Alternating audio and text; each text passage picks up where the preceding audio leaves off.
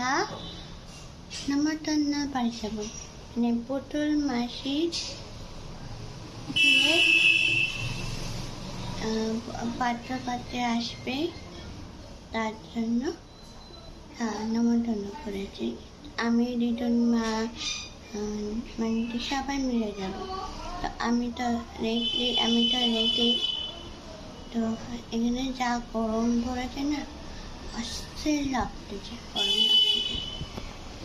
তো প্লিজ অবশ্যই আমার ব্লগটা লাইক, শেয়ার অ্যান্ড সাবস্ক্রাইব করে দেবেন। আমি আপনাদেরকে বারবার বলি। চলো স্টার্ট।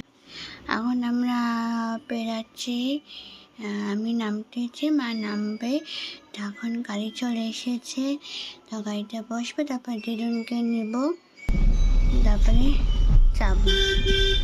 গাড়িতে বসে গেছি, কি বলবো। আর এটা হলো যাওয়ার কথা ছিল 12:30, রেডি হতে এত লেট হয়ে গেলো। এখন বাজে 1:30। চলো দিদুনকে নেব, তারপরে যাবো। তো যেতে 2 o'clock মতন বেরিয়ে যাবে।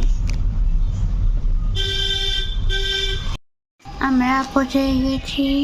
তো ওখানে আমরা ভিতরে ঢুকবো। ওখানে ভিতরে ঢুকলাম, তারপর ওখানে বসে আমি পকোড়া খেলাম। তারপরে আশীর্বাদ হয়েছিল, মানে পুতুল মাসির ছেলে আশীর্বাদ হয়েছিল দাদার। তো লেট হয়ে গেছিল, তো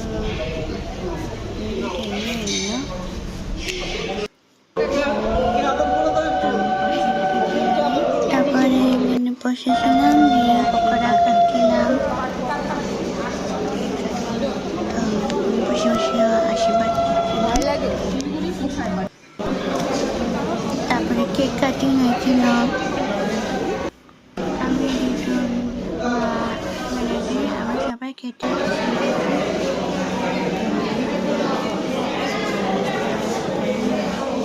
বেরাচ্ছি। আর এখানে চা বৃষ্টি, আর যাওয়ার সময় যখন যাচ্ছিলাম তখন বৃষ্টি পড়ছিল।